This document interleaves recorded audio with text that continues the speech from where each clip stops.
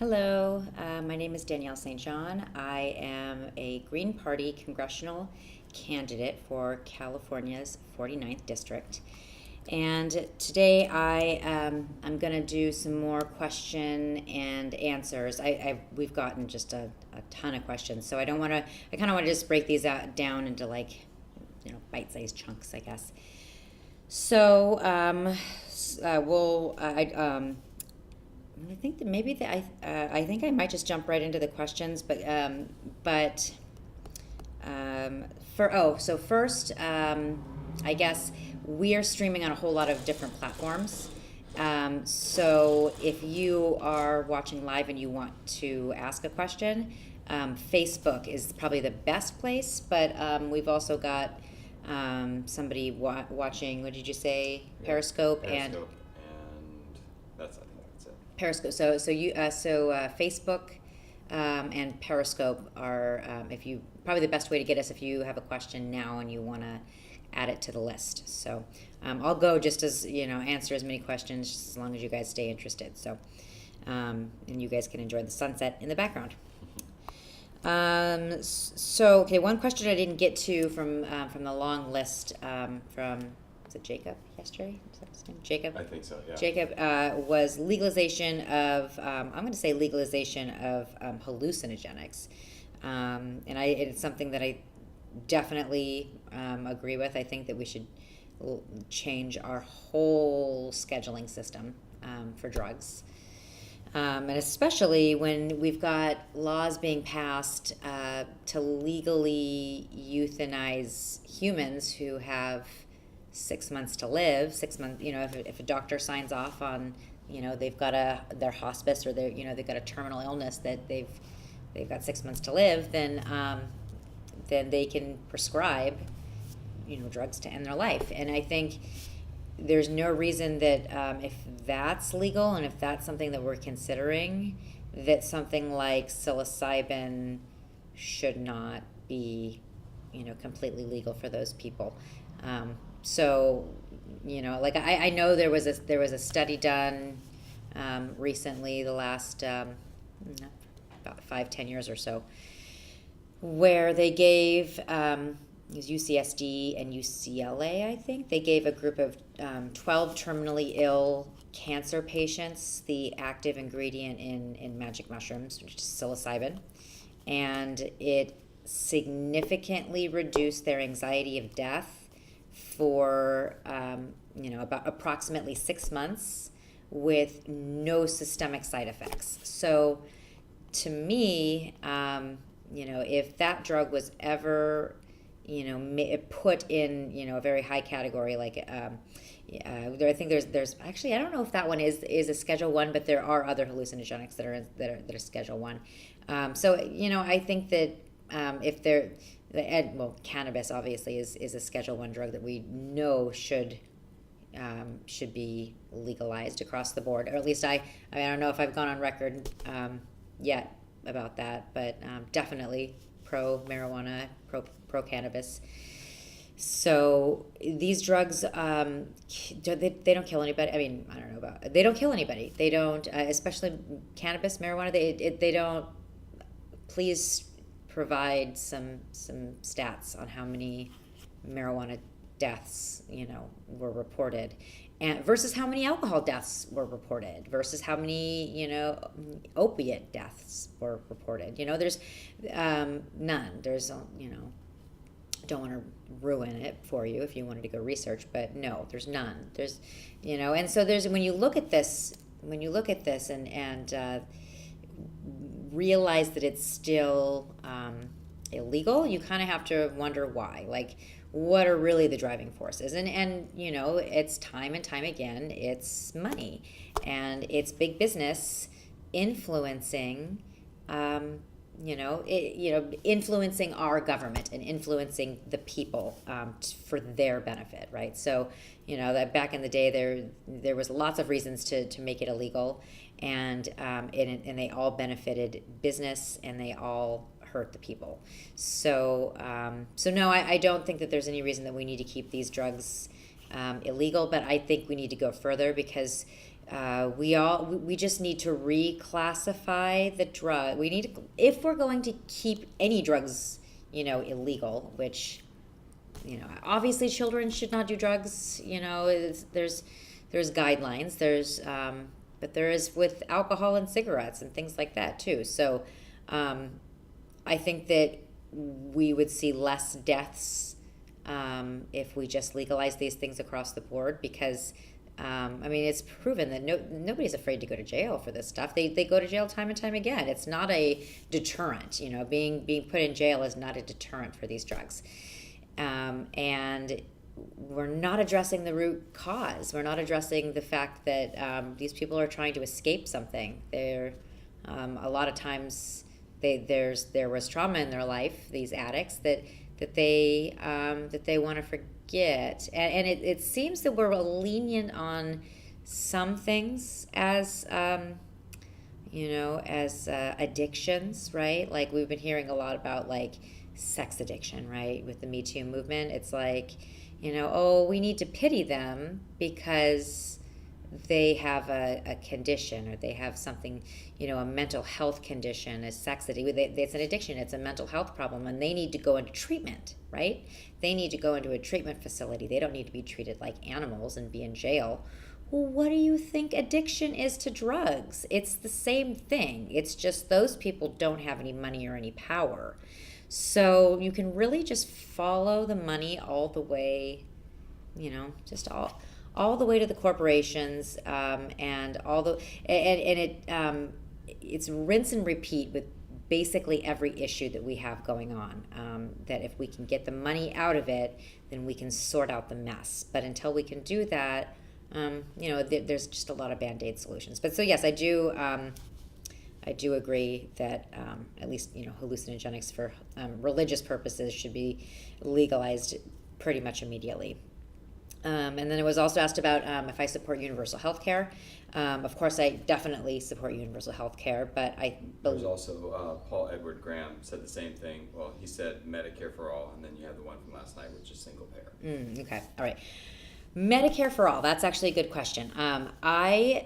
I don't support Medicare for all because I don't think it goes far enough. It would be another Medicare for all would be a Band-Aid, but here's another thing that a lot of people. Would you sign it if you had the opportunity? Yes. Unless there was something like horrific attached to it, then if it's, but okay. So here's the thing: it has to be tweak, and maybe somebody can educate me on it. Maybe there is some Medicare for all bill out there already that includes things. Okay, so here's my problem with it is that Medicare for all is for a certain age group, right? And so there were certain things never built into this plan, such as pediatrics, right? So like I would like to know what their plan is, to implement something that is going to be key to something that every American needs. But anyway, so yes, it does have a basis, but Medicare, honestly, I don't think it's far enough. Like, okay, so for instance, like under commercial insurance, like there are in the mouth, right, 10 categories of treatment covered under medical insurance, not dental insurance, but medical insurance. There are 10 categories of treatment that are covered, under medical policies. And under Medicare, there's only 3. It's very limiting. So, so also maternity. There's no, we'd have to have this whole birth control argument again. So, with all of that said, it's a good start, but it would be probably just as simple to implement something like TRICARE for All, which is the active duty military and family plan that we have in place now. Now, that covers everything, right? That already covers maternity. That covers dental. That covers dental beautifully, by the way. So that it covers maternity, it covers children, it covers every prescriptions. It's a really, really great plan that we have for our enlisted people, and so but why not? Why not that one? Why hasn't that been put on the table? So it's either because they're looking the other way, and Medicare for all is just the trendiest, hashtag or whatever that people kind of caught on to, and that's fine, and that's like people still trying to strive for better, but it's very lacking, and I think that as a base we would have more complications Frankensteining this policy together than we would just adopting something that's already working. So I do support universal health care. I think that single payer needs to happen, and like immediately, if not sooner. That's the first step, though. I would like to get rid of insurance companies completely. We don't need them, and it's just really kind of what are they good for? I mean, can somebody? I have been researching this for a long, long time, because before before I was doing this, I had a career in dental. I ran dental offices for 10 years, and I know that we can do a whole lot better. I've researched. This is kind of in my life. I've researched, not only dental but medical insurance, and for a very, very long time. So it's a subject I know very well, very well, and I think I could be a pretty good value to, in a legitimate conversation about the right of healthcare, which I believe that everybody should have. There's been a few comments about money out of politics and Citizens United. Mm-hmm. Okay with that? Sure. Citizens United is... And would you overturn Citizens United? Yeah, I mean, of course, like that. Of course, Citizens United, though, you guys, is another thing like Medicare for all, in that it's not nearly far enough. Citizens United, I think, is more of a symptom, than anything, and it's based. All Citizens United did was pour gas on the fire, honestly. But the fire was still going. So we need to figure out, a way to get money completely out of politics, and not just, so that's what I'm saying. Money completely out of politics. Citizens United, yes, I think that's something that needs to go, but I think the whole system needs to go too. So. Did you want to get to some of the questions you had from the guy before? Yeah, I did. Yeah, so I did that one, universal health care, and then the HUD. So HUD program, somebody asked me if I thought that the HUD program worked efficiently. And again, this is going to be a common theme. You can kind of rinse and repeat. No, it's. I don't think it's working efficiently. I don't think really any government. I would challenge you to give me a government, program that big, that government program period. I hear like our forest systems are pretty good. That's a government program, but most of them are just grossly mismanaged, and there's just not enough incentive to help the people. And when we do manage to get these kind of concessions passed, like housing for the poorest among us, there are gigantic waiting lists in a lot of places, and there's the resources are just so scarce, and it's just it's a scrap, I would say. And there's always some way that people are trying to and I'm not talking about the people who need it. Like I'm never blaming the people with no money and no power. I think that's the first step down the wrong path, but I do believe that there are people abusing the system, like siphoning money away. They implement programs like other ones like welfare to work, right? So, and that kind of sounds like a good idea, right? Like people, welfare to work, like that's catchy. It sounds good. We're going to save money. We're going to get these people back on their feet, right? But it's not really there, in my opinion, to help people. I think it's there to save money, like you make a simple mistake on a form or something like that, and you've lost all of your benefits for a month, 2 months, and until you can get back into the system and go talk to your worker. And it's when people say that there's welfare queens out there, that it's people's whole life is just popping out kids to stay on welfare. It's just simply not true. There's periods that you can't go use welfare for past a certain time frame period. And really, I think this is just more of the establishment trying to blame people with no money and no power for the failures of our government. So, no, I don't think that any of these social programs are working adequately enough. I think that we're also seeing that these social programs could very easily be justified to be expanded to the middle class at this point. We are going to have to start doing canned food drives for our middle class. It is suffering. And so I think it would do us all a lot of it would help us all out if we just realized that all of these social programs and so much more can be accomplished with just a pretty small fraction of how much money we lost in tax dollars, right? So not only that, but how much we spend on war and how much we spend on corporate welfare, the entitlement programs like corporate welfare and the military-industrial complex. Those are the real, welfare queens among us, honestly.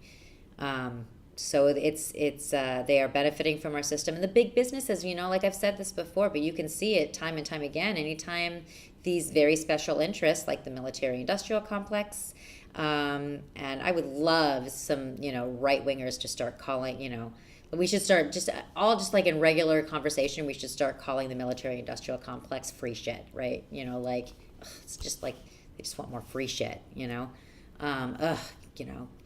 get out of Uncle Sam's basement, but so or at banks, right? Yeah, there's so many industries that anytime they need a handout, we are there to support them and listen, and they've got the ear, right, of our government. It seems like our government really cares about them. How do we get their ear? We can't. We don't have an ear in this equation. We just the money, the special interests are the things that that's what gets the attention. And so until we get money out of politics, rinse and repeat, all of these problems will just keep getting better or keep getting worse. And so I think that's all I have for for my questions.